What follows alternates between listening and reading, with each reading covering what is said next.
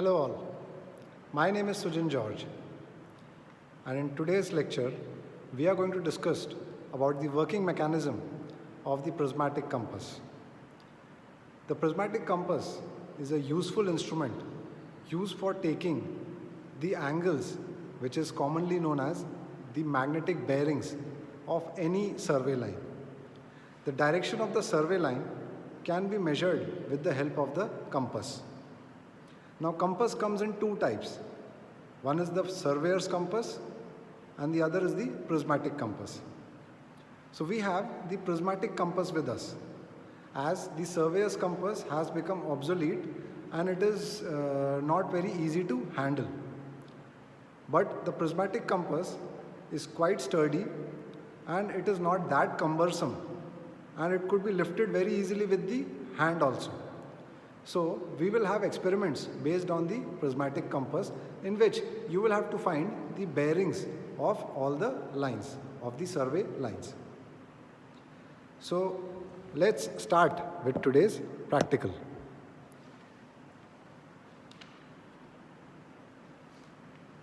You can see this is the prismatic compass on my hand. Now this has a circular shape of a graduated box. Okay, this is a box. It is circular in shape and the diameter is approximately 10 centimeters. The diameter of this compass is 10 centimeters. Now the lid of this prismatic compass is opened and you can see that it has a magnetic needle at the center. You can see it has a magnetic needle at the center. Now this magnetic needle is provided so that it is provided around the graduated ring. You can see this is the graduated ring. Now this ring has graduations of the order of 1 degree to half a degree. Half a degree means 30 seconds. Like 1 degree is equal to 60 seconds. So half degree will be equal to 30 seconds. So the least count of the prismatic compass is 30 seconds or half degree. Okay. Now it has graduations. You can see here N is inscribed here, N. Now N means it indicates the north direction. So diametrically opposite there will be the south point. Now the 0 degree starts from the south point. You can see over here the 0 degree starts from the south point and it moves in a clockwise direction. It moves in a clockwise direction. So the 180 degree will be at the north point. Okay, 180 degree will be at the north point, and again it moves in a clockwise direction and it comes to 360 degrees. So it takes a full circle of 360 degrees and the graduated ring starts from the south point, that is 0 starts from here. Then here there is 10 degree, then 20 degree, 30, 40, 50, likewise it goes. And the least count of the prismatic compass is taken as half a degree or 30 seconds. Now this graduated ring, you can see the readings are inverted. If you can observe, the readings are not straight. It is inverted. It is engraved inverted. Now why this is so? Because in a prismatic compass, we have this prism. You can see this prism is there. Now the reading is taken through this prism. You have to observe, you have to keep your eye over here and you have to observe the reading that is taken at this point. The reading that is observed at this point has to be measured with the help of this prism. Hence, it has been given the name the prismatic compass. Now the reading that is taken with the eye through the prism is found to be straight. Hence, the readings over here are inverted. You can see the readings on the graduated ring are found to be inverted. Okay. Now, this prismatic compass, it is placed on the tripod stand. You can see the tripod stand over here. Now the tripod stand, it is a stand which has 3 legs. This is a stand which has 3 legs, and you have to adjust the legs in such a manner that it could reach your height. You have to spread the legs in such a manner that it could reach your height. That process is known as adjusting of the legs. Okay, this is known as the adjusting of the legs.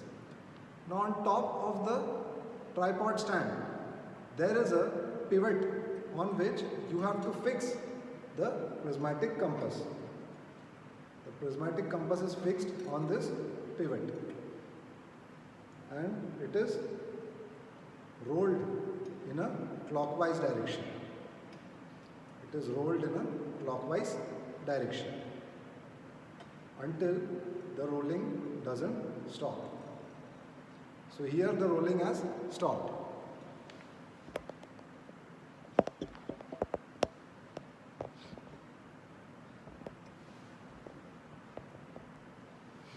Okay, so I have fixed the prismatic compass on the tripod stand. You can see. Now the first thing that you have to do after fixing it on the tripod stand is known as the centering. Like you have to center the compass on the top of the point. Suppose you have selected a point on the ground. A point has been selected on the ground. So you have to center it by throwing a stone from the pivot on top of the point. If the stone falls, the stone will obviously fall vertically. So when it falls vertically, it should fall on top of the point that has been selected. Okay, if it doesn't fall, you have to adjust the legs in such a manner that it falls on top of the stone, in top of the point. Okay, so that process is known as centering. Next process is called as leveling. After centering, there comes the second adjustment, that is known as the leveling.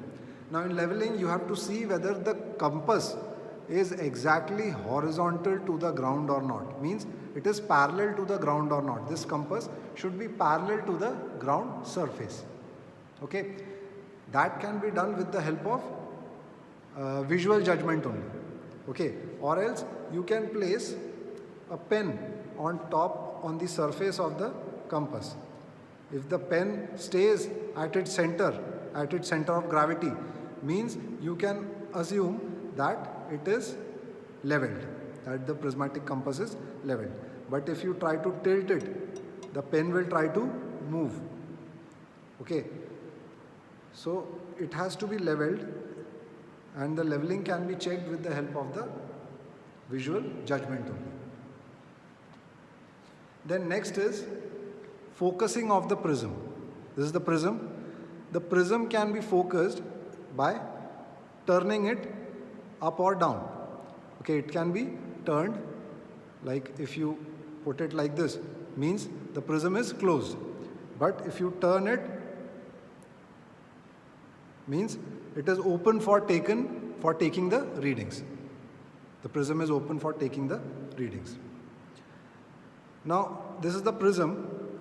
Just diametrically opposite to the prism, there is this object vane. You can see this object vane. Now this object vane, it consists of a fine silk thread. See, at the center of the object vane there is a fine silk thread. Now this thread is used to sight the object. Like suppose a ranging rod is kept at a distance. So you can sight the ranging rod through this silk thread, or it is also known as the crosshair. It is also known as the crosshair. Now a mirror, see this is the mirror. The mirror is fixed on the object vane. See, this mirror is fixed on the object vane.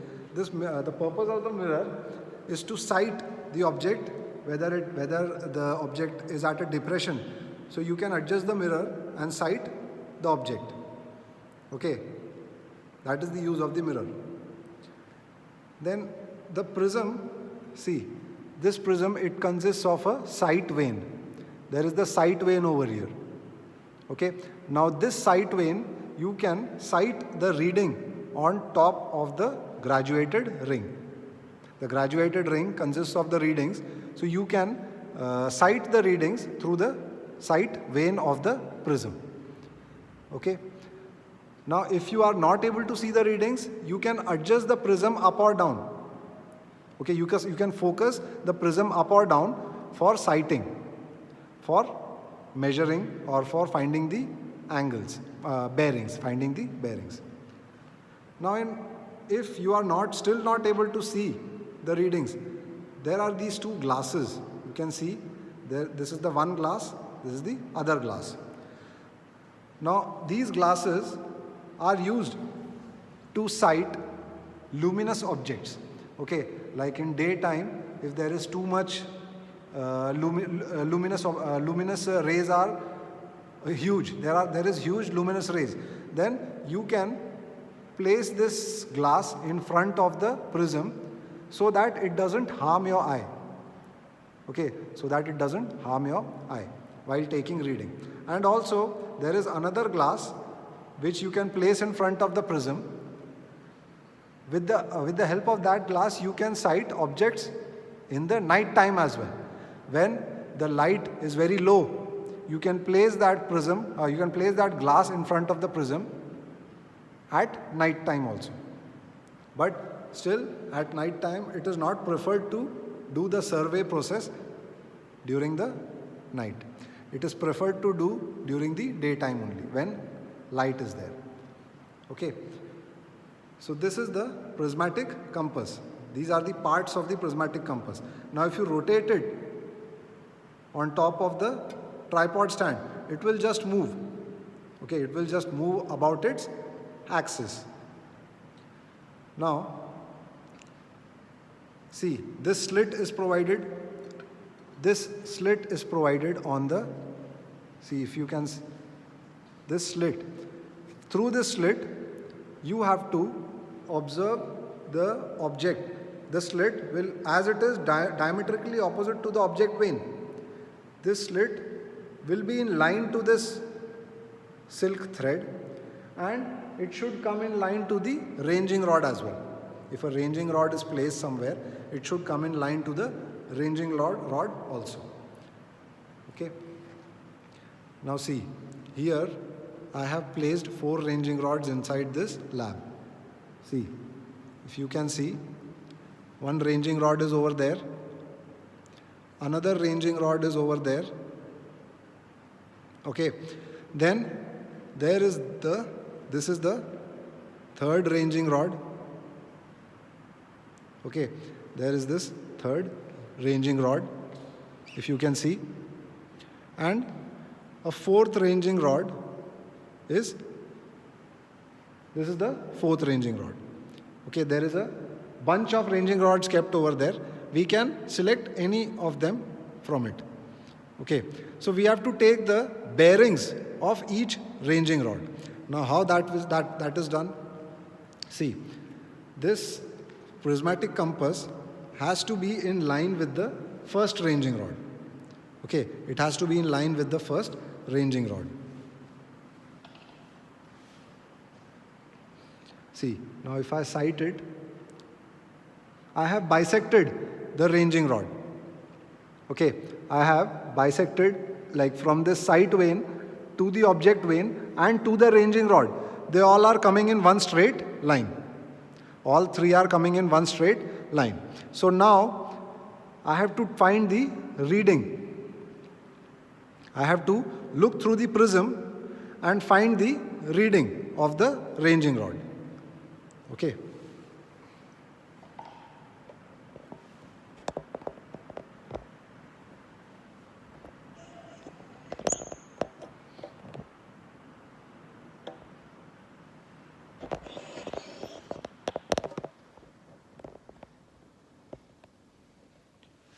Now here, as I have already bisected I have already bisected the ranging rod in the same line of the sight vane and the object vane.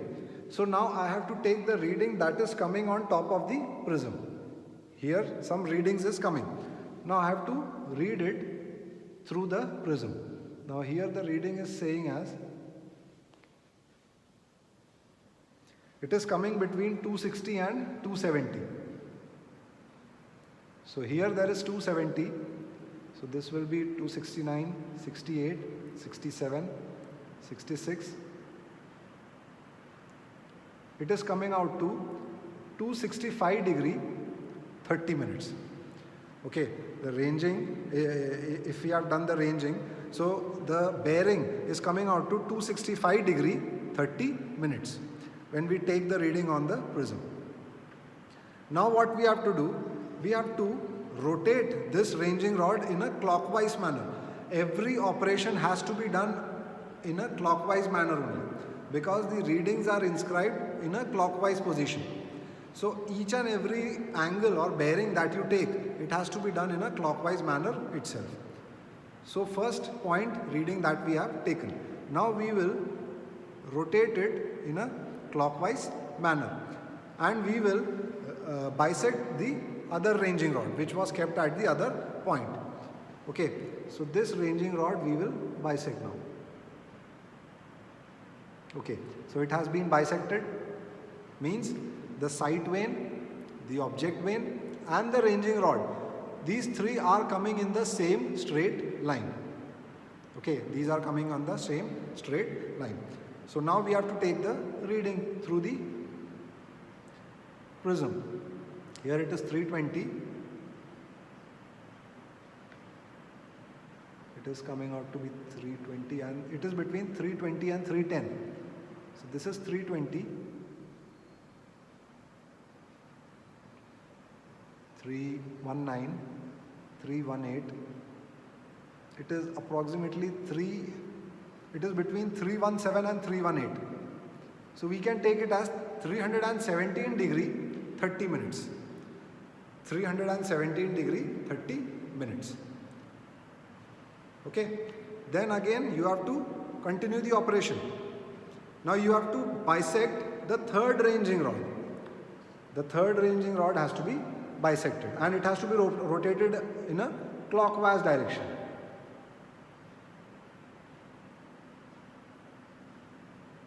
So now I have bisected the third ranging rod.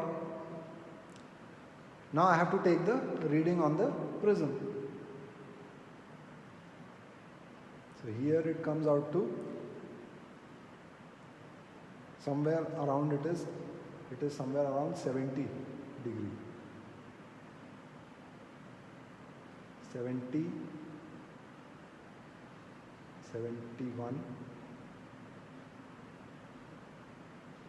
It is coming out to 72 degree.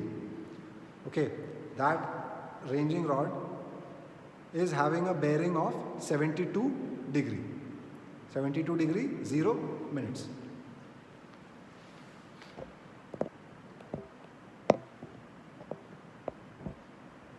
And finally, one last ranging rod has to be bisected. So when we move this towards the last ranging rod,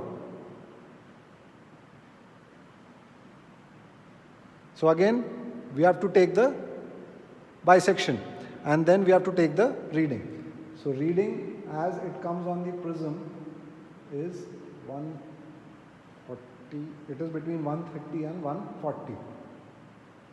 So here it is 140.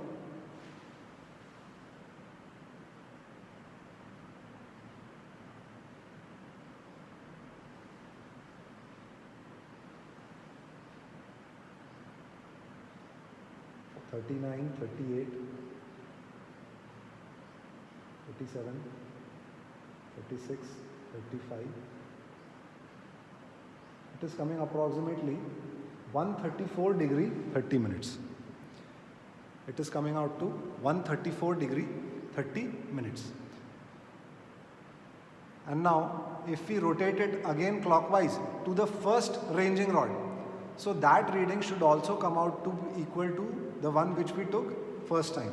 Okay, now we'll rotate it again clockwise. to the first ranging rod. This is just to check whether your reading that you have taken is correct or not. Okay, so how much was your first reading that came out? It came out to be somewhere around 3, I don't remember actually. We'll just check. 3, it is between 2, it was 265 degree 30 minutes or something as far as I remember. This is 270, 69, 68, 67, 65, 66, 265 degree 30 minutes. Yes, it is 265 degree 30 minutes. So this reading comes out to 265 degree 30 minutes. It was the same reading that we took while ranging the first point, while bisecting the first point. Okay, so this is how the prismatic compass is, the operation of the prismatic compass works. Okay, now this prismatic compass can be used for a larger purpose. Means the surveying of the prismatic compass can be done. The surveying of the prismatic compass can be done for larger area also. Like if you need to find area of a very huge site, so the area or the bearings can be taken with the help of this prismatic compass. Okay. So I hope you understood the working mechanism of the prismatic compass.